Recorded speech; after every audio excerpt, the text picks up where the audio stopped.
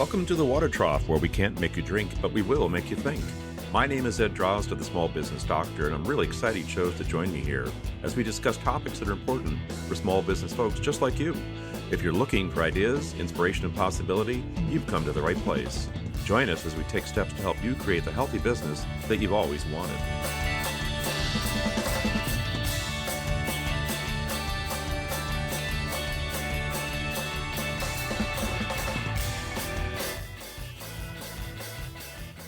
Hey folks, welcome back to the Water Trough. This is Ed Drozd, the Small Business Doctor. There's a new term going around the office these days. It's called productivity paranoia. I imagine you've probably heard about it, and perhaps you're one of those that is experiencing it yourself. Productivity paranoia is that concept that people are not as productive as they say they are. The term productivity paranoia was coined by Microsoft CEO Satya Nadella in a recent report on workplace trends. In that report, it was found that 87% of employees said that they're productive at work, but only 12% of senior leaders have full confidence that their team is being productive. Now, certainly since the dawn of COVID, there has been a greater emphasis on remote work, and this is something that really brought this to bear. People working at home out of the sight of their managers and their peers leads one to believe that productivity cannot possibly be as it used to be. In fact, when people have the option to take breaks as they wish, they can go off and have food at any time, they can entertain guests, whatever they want to do during the workday, it's clearly expected that productivity has to fall. The Bureau of Labor Statistics has actually evaluated the productivity rates and has determined that the rates are the lowest on record since 1947. And of course, this adds to the fear, the worry, that we are, in fact, a society of less and less engaged employees whose productivity is simply abysmal. But let's think about this for a moment.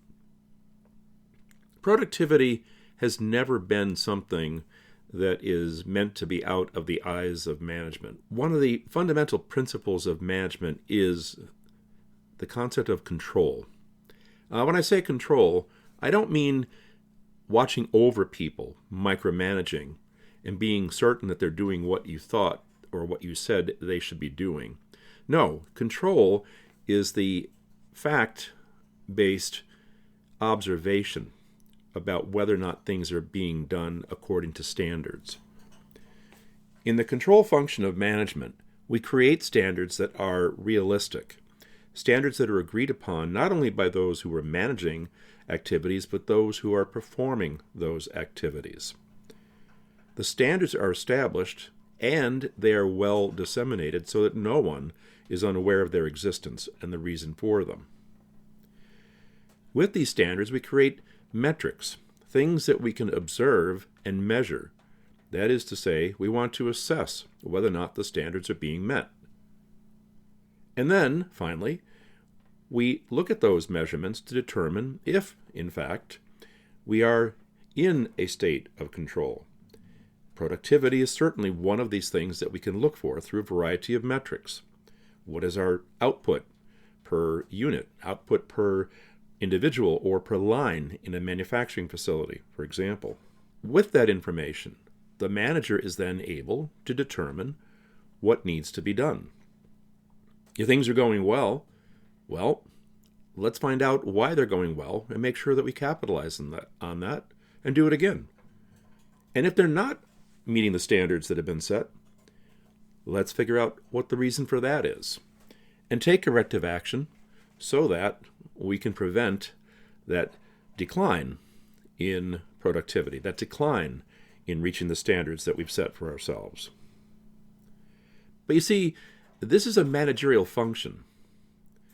The idea that we are concerned about our employees' ability to be productive, the idea that simply perhaps because they're out of sight, that they may not be working up to par, is really not getting close to the source of the issue. A good manager has to have a good control function.